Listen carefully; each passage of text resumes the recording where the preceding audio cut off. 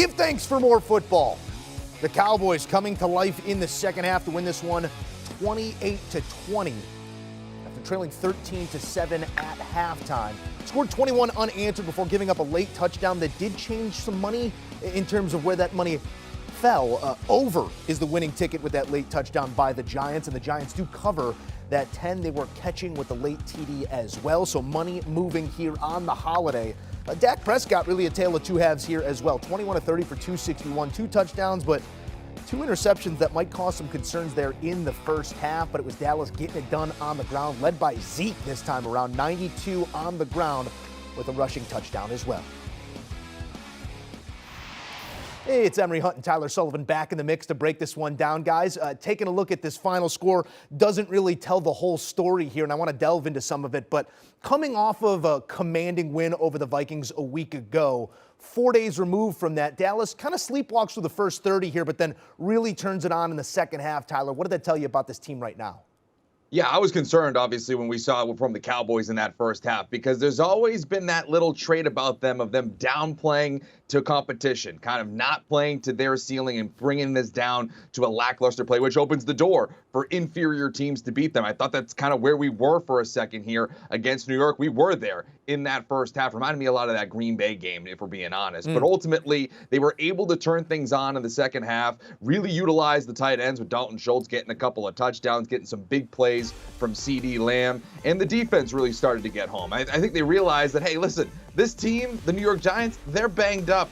They're not particularly playing at a high efficient football right now because of the injuries, particularly in the secondary. Let's throw it around the field. Let's test this thing deep. They're down a number of starting cornerbacks. Let's see if we can get CD Lamb on one-on-one coverage. And he rewarded them with one-handed catches after another. And obviously the tight ends were doing the same thing. 3 touchdowns for the position unit in that second half.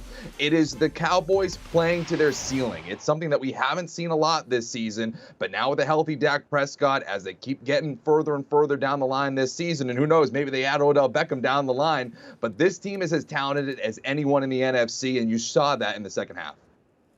Yeah, that's what happens when you play with your food, right? You can almost not finish it or find yourself having a bad day. I thought that's what happened in the first half, but you saw great adjustments by this Cowboys coaching staff in the second half, and the adjustments they were making, they kept the backs in to help protect versus the blitz, which allowed one-on-one coverage to really fester on the back end. And again, when you have a guy that's as versatile, scheme diverse, and position diverse as CD Lamb is, can play on the outside, can play on the inside, hey, put him on the inside, let him work one-on-one, have all that space to work with, beat the blitz, he's going to win one-on-one coverage every time. It also helped out that offensive line, and those tight ends, to Tyler's point, were able to have that success because we know tight ends are usually the responsibility of either those outside backers or those safeties, and those guys were blitzing. That's how you calm the pressure. You get those guys out in the pattern. You can either have to abandon blitz or you're going to die like you did that death you did earlier in the third quarter when those guys was hitting those one-on-one options deeper down the field. So it was the adjustments by Dallas, a game Giants football team, but I thought this was more on the coaching staff really trying to hone in the second half. It's not going for the blowout in the first half. That's why they had those 2 turnovers. I thought they were pressing a lot in that first half. I know we are picking apart a win here, and more specifically 10 consecutive wins for Dak against the New York Giants. Dominance, and when you take a look at the final stat line, it's one that I think we can live with. 261 on 21 of 32 touchdowns, but the 2 interceptions. Tyler, as you sort of take stock of where this Cowboys team is what they maybe can be here in the weeks and months to come, that ceiling, for them to reach it, Dak's got to be better than he was, and you're not going to get away with those 30 minutes of football come crunch time in January. Did this performance raise any concerns for you, Dak giving the ball away early? Yeah, of course it is. I mean, anytime the quarterback is giving the ball to the opposition, you got to be concerned. And it's not just this game. He's had over 1 interception in each of his last, I believe it's 5 games now. He has been turning over the ball a little bit too much for comfort here. And the New York Giants, they're not talented enough as they're currently constructed because of injuries, because of things on the roster, to make him fully pay. You look at what happened in that first half even. You know, an interception. Right after the interception, the New York Giants go 3 and out on that first one. Then all of a sudden he throws another interception later on in the game. You're only giving up a field goal. They really didn't fully pay for Dak Prescott's interceptions. If you go up against the better team, a Philadelphia team maybe as you go further through the year, even a Tampa Bay team, if they're starting to cook on all cylinders, years. Those are the types of offenses that can make you pay, and that's all of a sudden 14-point swings as opposed to a 3-point swing that we saw off those 2 turnovers today. I think it's fair to say that right now the New York Giants are ahead of schedule and maybe what the expectation was this season, but they have come back to earth over this last month. Losers in 3 of their last 4. That only win came against the Texans. Emory, I'll let you lead us off on this one.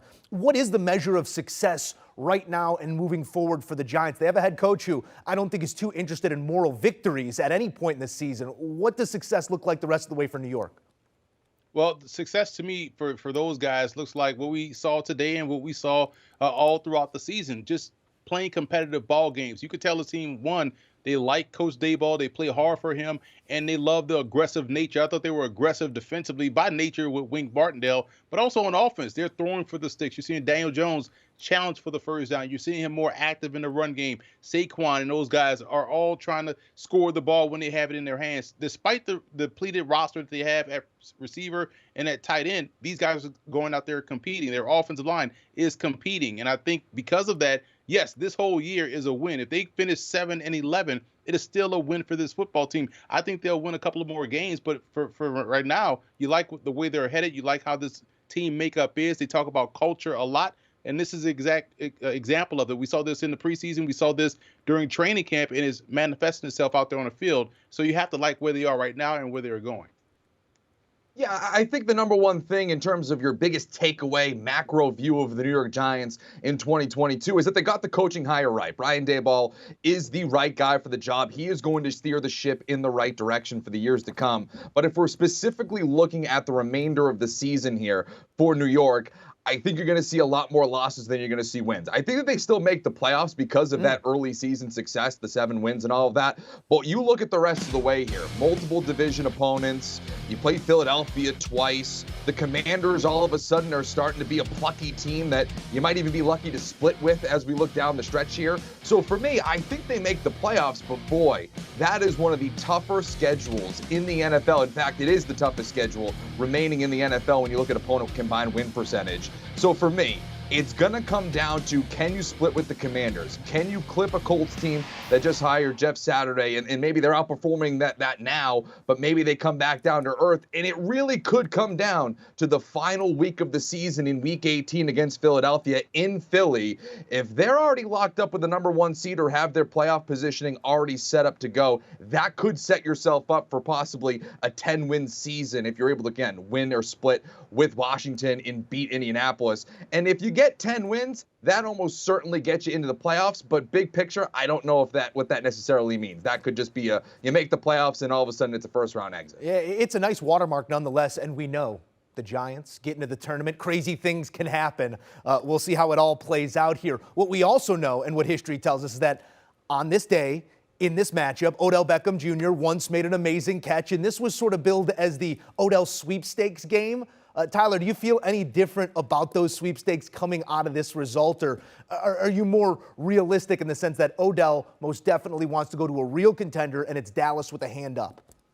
Yeah, I would say that Dallas probably has the advantage here because they look more ready-made to contend for a Super Bowl. But I'll say this. I do think that what happened last year does somewhat impact Odell's decision. I do think that the fact that he already has now a Super Bowl ring on his finger with the Los Angeles Rams, that might create a little less urgency for him to join a legitimate contender. There is something to be said for going home to New York to a team that desperately needs help at wide receiver. We saw today, Dallas has CeeDee Lamb. They have Michael Gallup. They have Dalton Schultz at the tight end spot. They have Tony Pollard. They're all set. They're flush with pass catchers for Dak Prescott. He would just be a cherry on top of what they already have. I do wonder if a fully healthy Odell Beckham Jr., what he would do for New York and what that would do for his already Hall of Fame resume. If he is able to go there and really be a difference for them down the stretch, that creates a whole other narrative and a selling point that Dallas can't offer him right now.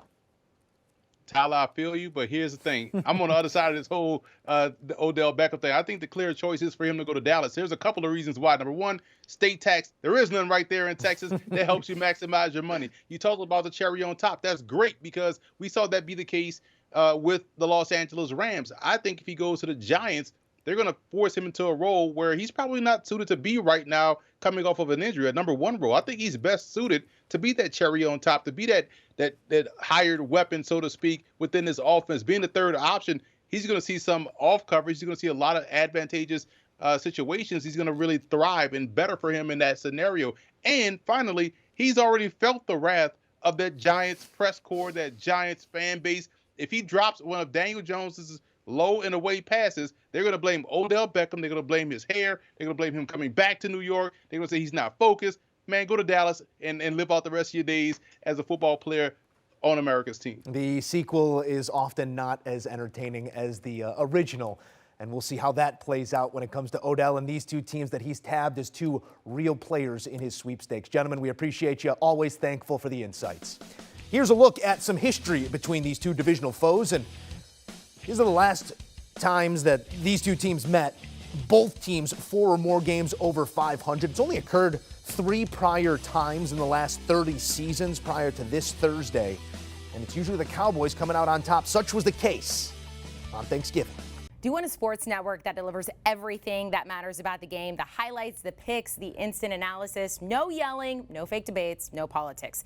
Hit the subscribe button and never miss a moment.